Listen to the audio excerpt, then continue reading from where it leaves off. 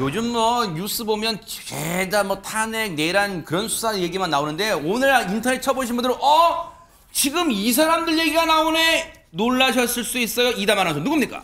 네, 선우은숙 씨와 유영재 씨입니다. 그동안 배우 선우은숙 씨의 친언니를 강제 추행한 혐의로 이제 유영재 씨가 재판에 넘겨져서 공판이 차례대로 진행이 되고 있었는데요. 네. 1차 공판이 일단 지난달 12일에 있었고요. 네. 선우은숙 친언니를 5차례 강제 추행한 혐의죠. 2차 공판이 지난 10일에 있었고 오늘 3차 공판이 있었던 거예요. 그래서 좀 이슈가 되고 있는 겁니다. 네. 일단 지난 10일에 2차 공판에는 선우은숙 씨의 친언니가 증인으로 출석을 해서 피해 사실을 구체적으로 언급을 좀 했다고 합니다. 힘든 시간이었을 것 같은데요. 오늘 3차 공판에는 선우은숙 씨가 증인으로 출석을 해서 오늘 3시부터 증인으로 출석해서 이야기를 했다고 해요. 그래서 피고인인 유영재 씨 전 남편과 마주쳤다고 합니다. 법정 안에서 대면을 했다는 거예요. 그런데 생각해보면 이런 궁금증이 여러분 생기시잖아요. 사실 이 추행 사건에 직접적인 피해자는 선우은숙 씨가 아닌데 증인으로 출석했고 유영재 씨와 법정에서 대면했어요. 그 이유가 뭘지 궁금하지 않아요? 그래서 법률 대리인분의 얘기 들어보시고 이어가 보도록 하겠습니다. 선우은숙 씨 본인은 이 사건에 대해서 피해자는 아닙니다. 다만 선우은숙 씨 역시 경찰에서도 자진해서 참고인으로서 어떤 진술을 하셨거든요. 그걸 기반으로 재판부에서도 이야기를 들어보고 싶다고 부른 사안입니다.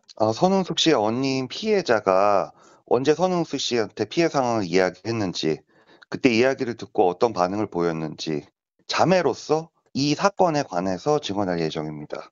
증인신문을 하게 되면은 불가피하게 유영재 씨와 얼굴이 마주칠 수밖에 없습니다. 증인석은 유영재 씨가 앉아있는 피고인석 옆에 붙어 있거든요. 대략 5m 정도 거리를 두고 앉아 있습니다. 정말 많이 괜찮으셨는데 확실히 증인신문이다 보니까 오늘은 조금 긴장을 하시는 것 같네요. 피고인석, 유영재 씨가 앉아있는 피고인석과 오늘 선우은숙 씨가 앉은 증인석이 5m밖에 안 된다. 그 5m가 얼마나 선우은숙 씨 입장에는 고통이었을까 하는 생각도 해보는데, 근데 박성배 변호사님 이런 생각도 들어요. 사실 그 강제추행 피해를 당한, 즉 선우은숙 씨 친언니가 그 피해를 당한 현장을 직접 목격한 것도 아니지만 증인으로 출석할 수 있는 거예요? 사실 피해자인 선우은숙 언니가 지난 기일에 증인으로 출석해서 관련 진술을 한 바가 있습니다. 그럼에도 불구하고 선우은숙 씨를 불러서 언니로부터 어떤 말을 들었는지만 듣는다면 굳이 증인신문을 할 필요가 없습니다. 전문 증거, 간접적인 증거에 필요하고 원 진술자인 선우은숙 언니가 이미 지난 기일에 진술을 했기 때문입니다.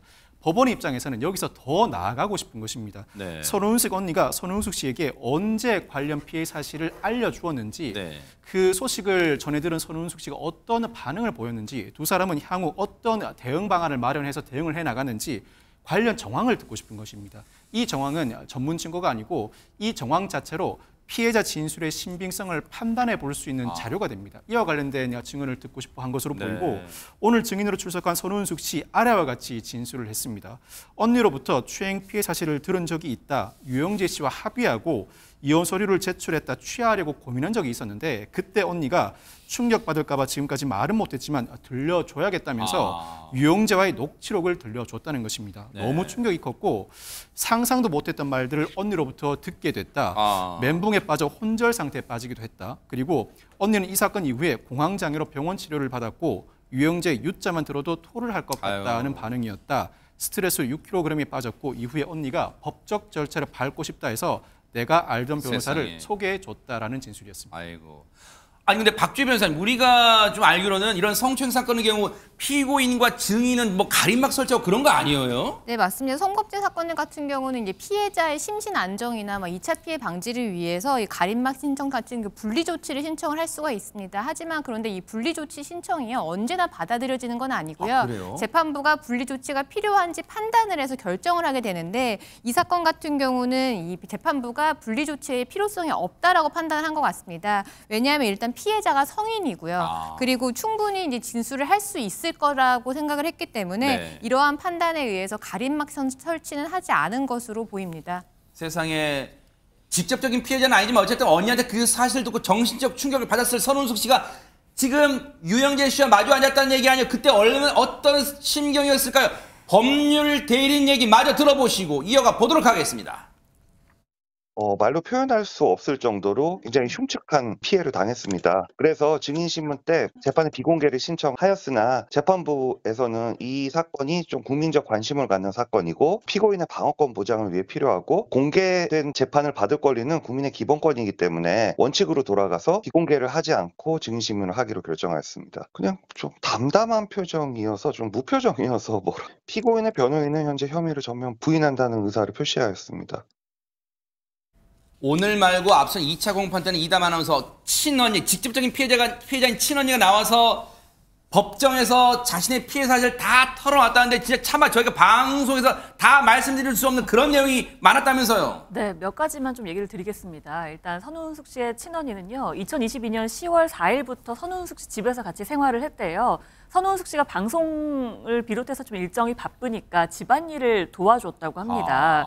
그래서 같이 생활을 했다는 건데 일단 수차례 성추행을 당했다라고 이야기를 하면서요. 예를 들면 유영재 씨가 갑자기 뒤에서 끌어안고 귀에다 대고 잘 잤어? 라고 얘기를 했다는 겁니다. 야단을 쳤더니 아무 일도 없다는 듯이 그냥 냉장고에서 물 한 병 꺼내고 나갔다는 거예요.